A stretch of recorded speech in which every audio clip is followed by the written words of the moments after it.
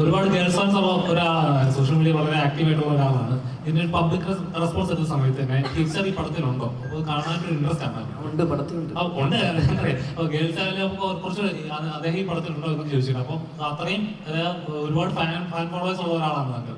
ഈ പടത്തിലേക്ക് ഇങ്ങനെ ഒരു ക്യാരക്ടർ എന്താണെന്നൊരു എങ്ങനെയാണ് ഈ പടത്തിലേക്ക് വന്നത്? പടത്തിലേക്ക് ജിത്തു ചേട്ടൻ വിളിക്കുക ഫസ്റ്റ് പടമാണല്ലോ, ഫസ്റ്റ് പടമല്ലേ? അപ്പം ഇതേപോലെ ഒരു ഫഹദിക്ക എന്ന് പറയുമ്പോൾ തന്നെ വലിയൊരു ആക്ടർ, ഒരുപാട് പടങ്ങൾ ചെയ്ത് നമ്മുടെ മലയാളികളിൽ ഇന്നും ഇപ്പോഴും ഒരുപാട് ഓർക്കുന്ന കഥാപാത്രങ്ങൾ. ഇങ്ങനെ ഒരു പ്രൊഡക്ഷനിലേക്ക് ഭാഗമാകുമ്പോൾ എന്താണ് ഫസ്റ്റ് സ്ട്രൈക്ക് ചെയ്തത്?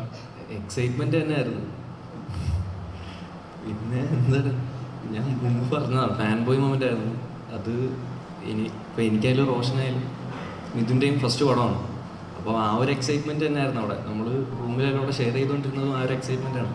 അപ്പോൾ നമ്മുടെ ഷൂട്ട് സ്റ്റാർട്ട് ചെയ്തിട്ട് ഏകദേശം 1 month കഴിഞ്ഞിട്ടാണ് അപ്പോൾ അതൊക്കെ ജോയിൻ ചെയ്തത്. അപ്പോഴെല്ലാം ആ ഒരു എക്സൈറ്റ്മെന്റ് ആയിരുന്നു, പുള്ളിയുടെ കൂടെ പെർഫോം ചെയ്യാൻ അല്ലെങ്കിൽ എല്ലാം. ശരിക്കും ഫഹദിക്ക ഇങ്ങനത്തെ ഒരാളാണോ? കാരണം നോർമലി നമ്മൾ ഒരു ആക്ഷൻ പറഞ്ഞു കഴിഞ്ഞാൽ ആള് വേറെ ലെവൽ. നമ്മുടെ ടീച്ചറെ കണ്ടു കഴിഞ്ഞാൽ ഡാൻസിൽ ഇതൊക്കെ ആയാലും ആള് വേറെ ലെവൽ. അത് കട്ട് പറഞ്ഞു കഴിഞ്ഞപ്പോഴേക്കും ആളൊരു നോർമൽ ഒന്നിനും ഇല്ലാത്ത സൈലന്റ് ടൈപ്പ് അങ്ങനത്തെ ഒരു, ശരിക്കും അങ്ങനെ തന്നെ ആയിരുന്നു ആള്. ആക്ഷൻ പറഞ്ഞു കഴിഞ്ഞാൽ പിന്നെ രംഗയാണ് അത്. നമുക്ക്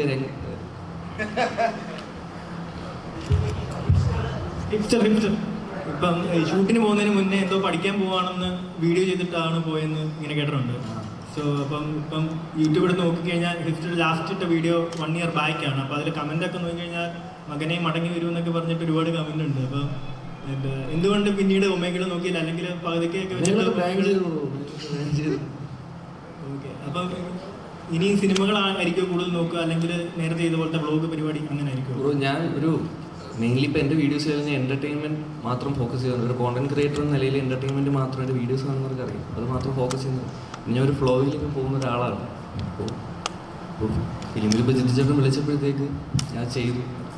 അപ്പം നിങ്ങൾക്കും ആ ഒരു കോൺഫിഡൻസ് വന്നാലേ എനിക്കും ചെയ്യാനുള്ളൊരു കോൺഫിഡൻസ് കിട്ടും. അപ്പോൾ ആ ഫ്ലോ അനുസരിച്ച് പോകാനാണ് ഇപ്പോൾ മൈൻഡിൽ. അങ്ങനെ വലിയ പ്ലാനിങ് ഒന്നുമില്ല. ഇപ്പോൾ ഒരു കാര്യം പെട്ടെന്ന് വന്നിട്ട്, ഇവര് 3 പേരുമാണ് ഈ സിനിമയിലെ ഹീറോ. ഏറ്റവും ബുദ്ധിമുട്ടുണ്ടായിരുന്നത് ഇവരെ 3 പേരെയും ബാംഗ്ലൂർ പുറത്ത് ഷൂട്ട് ചെയ്യാനായിരുന്നു. കാരണം ഹിപ്സ്റ്ററിനെ കണ്ട ആൾ കൂടിയ ഷൂട്ട് നടക്കത്തില്ല. അപ്പം അത്രയും 1 million സബ്സ്ക്രൈബേഴ്സൊക്കെ നമ്മൾ സെറ്റിലല്ലേ. അപ്പം ഞങ്ങൾക്കും ഇത് ഭയങ്കര പുതിയൊരു എക്സ്പീരിയൻസ് ആയിരുന്നു. എനിക്ക് പ്രത്യേകിച്ചും ഞാൻ ആദ്യമായിട്ടാണ് ഇങ്ങനെ ഒരു ഇത്രയും എന്താ പറയുക യങ്സ്റ്റേഴ്സായിട്ട്, അതും ഇൻഡിവിജ്വലി അവരുടേതായിട്ടുള്ള കാര്യങ്ങൾ ചെയ്തുകൊണ്ടിരിക്കുന്ന ആൾക്കാരുടെയൊക്കെ ഇൻട്രാക്ട് ചെയ്ത് കുറേ നാളുകൾ 3-4 മാസം ഞാൻ ഒരുപാട് എൻജോയ് ചെയ്തു. Thank you. ഇതിപ്പോൾ രോമാഞ്ചം OTT റിലീസിന് ശേഷം രോമാഞ്ചം കണ്ടിട്ട് ചിരി വരുന്നില്ല എന്ന് പറഞ്ഞ് വലിയ രീതിയിൽ വിമർശനങ്ങളുണ്ടായിരുന്നു.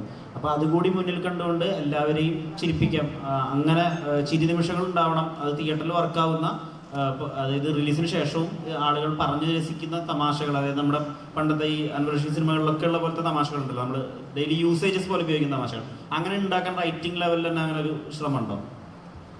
അല്ല, എപ്പോഴും നമ്മൾ എല്ലാവരെയും എൻ്റർടൈൻ ചെയ്യിക്കാൻ തന്നെയാണ് ശ്രമിക്കുന്നത്. അത് ഇതിനും ശ്രമിച്ചു, രോമാഞ്ചത്തിനും ശ്രമിച്ചിരുന്നു, ഇതിലും ശ്രമിച്ചിട്ടുണ്ട്. അപ്പോൾ അതിലാളുകൾക്ക്, അതായത് ഞാൻ പറഞ്ഞു നേരത്തെ പറഞ്ഞു, അതിലിഷ്ടപ്പെടാത്ത ആൾക്കാർക്ക് കൂടി ഇത് ഇഷ്ടപ്പെടണമെന്ന് ഞാൻ ആഗ്രഹിക്കുന്നുണ്ട്. അതിനുവേണ്ടി ശ്രമിച്ചിട്ടുണ്ട്. നമുക്ക് നോക്കാം, ബാക്കി മറ്റന്നാൾ അറിയാം.